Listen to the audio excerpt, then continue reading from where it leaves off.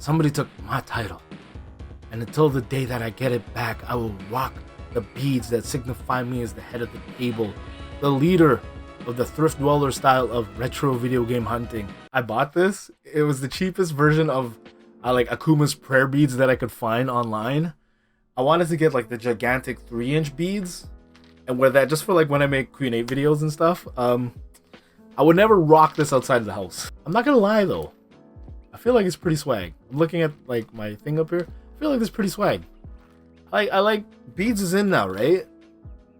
Queen 8 rocking the necklace that signifies him as the leader of the Thriftdweller style, the Satsui no Haro style of thrift store hunting. What the hell am I talking about? Season 1 of the greatest thrift store finds ever from the wild. We had 4 competitors come in for season 1 of the greatest finds ever from the wild, and they put up 3 of their greatest finds ever from the wild to go up against 3 of my greatest finds ever from the wild. Mostly retro video game stuff, but there was one not retro video game video in there sprinkled amongst. So for this video, I kind of wanted to go over and review the greatest finds from the wild that I presented in season 1. Some really good finds in there. If you want to check out the full episodes, they will be linked in the description below. I plan to do a follow-up video where I feature like just a nice montage of all the opponents that came up and challenged Queen 8. Again, my alter ego, not really me. Okay, side note, I left this mustache on as like a joke to my wife and I forgot to shave it for this video. So you get like a full Queen 8 effect with the prayer beads. No title, because I will also make another video where we declare a winner. It's kind of, we'll play into the whole storyline thing, Queen 8 losing his title, and which one of the 4 competitors do I think legit beat me in the first season. Really, it's a fatal 4-way. Cliffhanger, Queen 8 was disqualified for a certain reason. What is the reason? You'll have to check out that video where we announce the winner on the channel, so don't forget to subscribe to the channel. Thank you to everybody who participated in the comments, the competitors who came on. So without further ado, Queen 8's greatest finds from the wild, as seen on season 1 of Greatest Finds from the Wild. We need to come up with a better name for that in season 2. Taking you back, way back, 2012 summer. I think it was featured in a pickup video. If you want to check out that pickup video, please don't. It is horrible. In that pickup video, we showed from Value Village a very rare find that we haven't come across since. First time we ever came across it at that time for $12.99, all taped together with a controller and a game in the slot. A TurboGrafx 16. Damn right I said it. TurboGrafx 16. $12.99. Came with Keith Courage, which when we were testing the system, Lester and I, we were like, man, this is actually a really good game. This whole console is really good. Funny thing is, since I tested it at that time, I maybe busted it out twice or 3 times in the nearly decade that I owned it since I got it. This final on my list, number 1, is actually one of my favorite games ever. Way back. This is prehistory. This is from the book of Thriftdweller Genesis, before anything in existence existed. There was Nate going to the thrift store in 2010. One day I went to Value Village, and this day was just one of my luckiest days ever. Really kickstarted my Sega Genesis collection, because at that time I had maybe like 2 shoeboxes of games, and they had a bunch of boxed with manual Sega Genesis games on the shelf.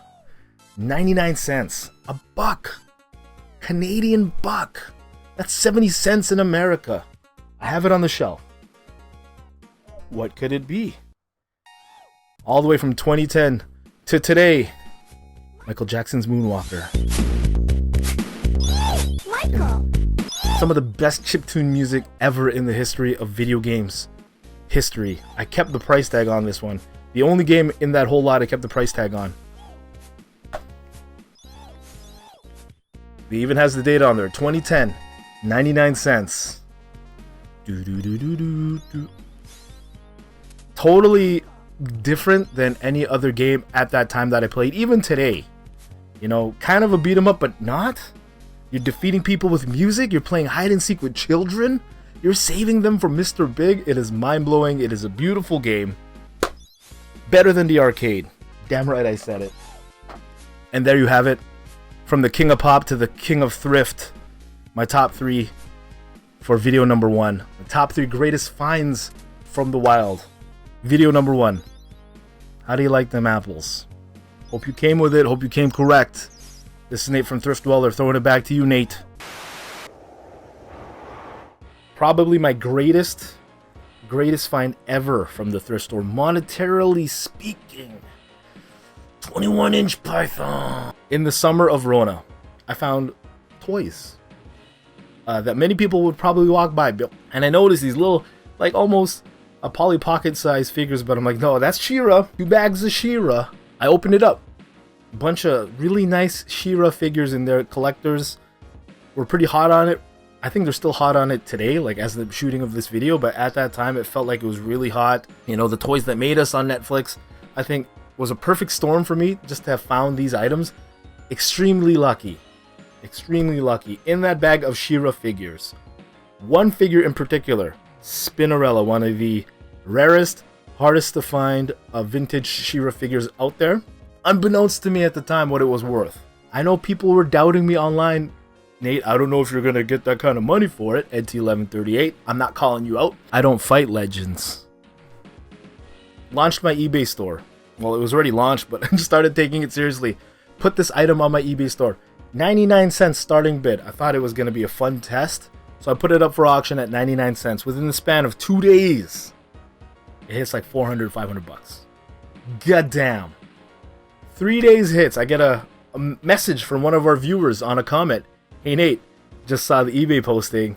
It's up to $1,000. I was like, what the? Hit $1,000 Canadian from 99 cents in 3 days.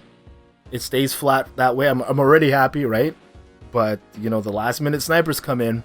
Maybe it'll bump it up a couple more bucks. I know sometimes people don't like to hear these kinds of things, but you need to know the facts if you are to make the call that I won this battle between me and my opponent today. It finished at a whopping $1,500 plus. Like, there's more, but $1,500 for an item that I found in a bunch of other items. You know, I sold all the other items, hit like 60 bucks, paid the bag off in full, right? So that Spinnerella, I'm considering it free. You know, to me, it's a blessing from God Most High, under God's hot sun, standing on God's green earth. Nate is a happy man, a thankful man. The mana power. Pure luck, pure monetarily based. That is what number 1 means to me on this list of, hey, that's not video games.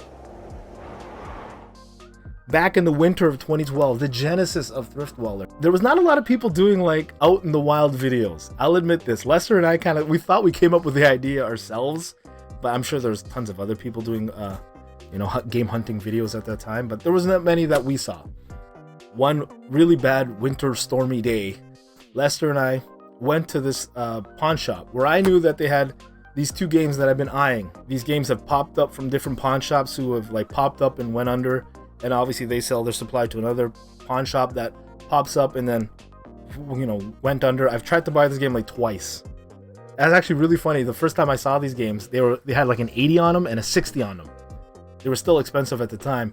And the guy behind the counter charged me 80 cents and 60 cents. I booked it out of there. I didn't even ask for my change. And the owner, young guy, the owner of the pawn shop ran out and put his hands on my hood and goes, hey, those games are 100 and whatever dollars. And I'm like, oh man, sorry dude, this guy. I would have drove away, but I didn't want to hit the guy. Like, he was blocking my car from getting out of our parking space. I noticed it popped up at one pawn shop and then ended up in this hole in the wall pawn shop that not a lot of people want to walk into because there's lots of bars and wood on the windows. Lester went with me that day. You did not see this part of the video because they would have, you know, pawn shops don't really like you recording in their stores. But this old retired looking biker dude with his long gray beard, leather vest, wanted $100-something for these games. You know, the cheek on Nate slaps out 70 bucks. I think it was 60 some odd dollars and some change. I put it on the counter and I said, hey, my friend, this is all I have. Will you take this for those 2 games? I know they've been around for a long time. I look at Lester and I'm trying to tell him telepathically, I think we insulted this guy, Lester. Then without saying a word to us, he took the money, put it into the till, and then just gave me the games. I kind of wanted a bag and a receipt, but I think I just turned around and walked away with them quickly as I could with Lester. We were so hyped when he got back into the car, not because of the grab that we got, but because we did not die that day. I'm over exaggerating for dramatic effect, but we walked out of there with a Dragon Warrior 2 and 3 for the Nintendo, almost complete in box. 2 and 3. I think the number 3 was missing like a map, but it had the manual in the box. That one now complete in box in today's day and age. Number 2, Dragon Warrior 2, which was the more complete, came with the map, came with the manual, the box was in better condition. In today's market on pricecharting.com is going for $132 American. Remember, I pay Canadian prices. 35 bucks Canadian is what I paid for those 2 games each. But to me, the value of those games is in the sentimental story that I just shared with you. One of my favorite memories ever. What's up, YouTube? Welcome to video number 4 of my pre-recorded top 3 greatest finds ever from the wild.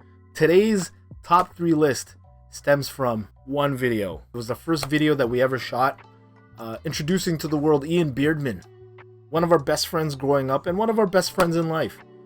Little did we know the monster that we would create. 64-bit Matthew made a cameo in this video. This is the summer of 2013. I'd gotten a tip from my friend Matt that this new pop-up video game store in Brandon, not his home city, but closer to him than me, had I think it was Mega Man X3, Earthbound, some other games that were on my list. So Matt gave me the tip. I prepared the week before a bundle of items to trade. $50 what I paid, approximated for all the stuff that I was going to trade in. Like 3-hour drive from like where we live. We took Ian along with us in my little Hyundai accent. So we get to the store and we realize the games are not there. I have a sneaking suspicion Kyle, who showed up in this video, protected his home turf, heard we were coming, snapped up the games we were looking for. Brought in my trades anyways to show to the shopkeep. And he says, wait, I have some stuff that you might be interested in. Lucky find from the wild. Lucky for us.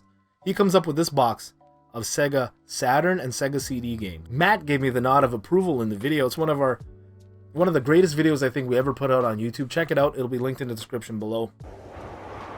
From the wilds of Brandon. Number 3 on my list. I'm just going to put all the games that I found there. But in that bundle was also an Astal. A-S-T-A-L. For the Sega Saturn. Astal right now is going for about $85 American.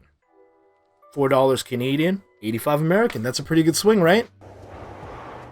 Number 2 on my list. The game, I still own it, but it's really one of my favorite games. Really beautiful 2D beat 'em up. Probably one of the best beat 'em ups ever made. Guardian Heroes for the Sega Saturn. Today, $4 Canadian investment back then. Translates to a value on pricecharting.com. $182 American. That's like a 30% premium on Canadian dollars, man. How can you put a price tag on this game, though? Because of the story that comes along with it. I wouldn't sell this game for less than $600. That's how much my friends mean to me. And the best game of that entire lot, yes, Burning Rangers. Burning Rangers on price charting is listed at $499.90 American. You know how many elbow drops that is? Who can survive that many elbow drops? Not my opponent. I think my list wins, and it was all from one video. Prove me wrong, opponent. Show me what you got. Anyways, there you have it. Thank you very much for joining us on Queenate's greatest hits from his greatest finds ever from the wild, season 1. Let me know what you think in the comments below. Let me know if you want to compete and see if you can get the season 2 championship. The winner for season 1 will get a prize. Stay tuned. I will make a montage of all the competitors from season 1, and it will help me gauge with your community input who was who came out the winner. What did you deem more impressive? The winner wasn't necessarily the person who had like the greatest monetarily speaking based item.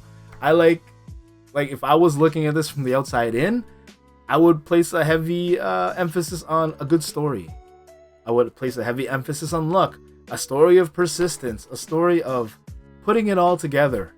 to come out with that Indiana Jones treasure. But that's just me. Again, peace out. Thank you very much for watching. This is Nate.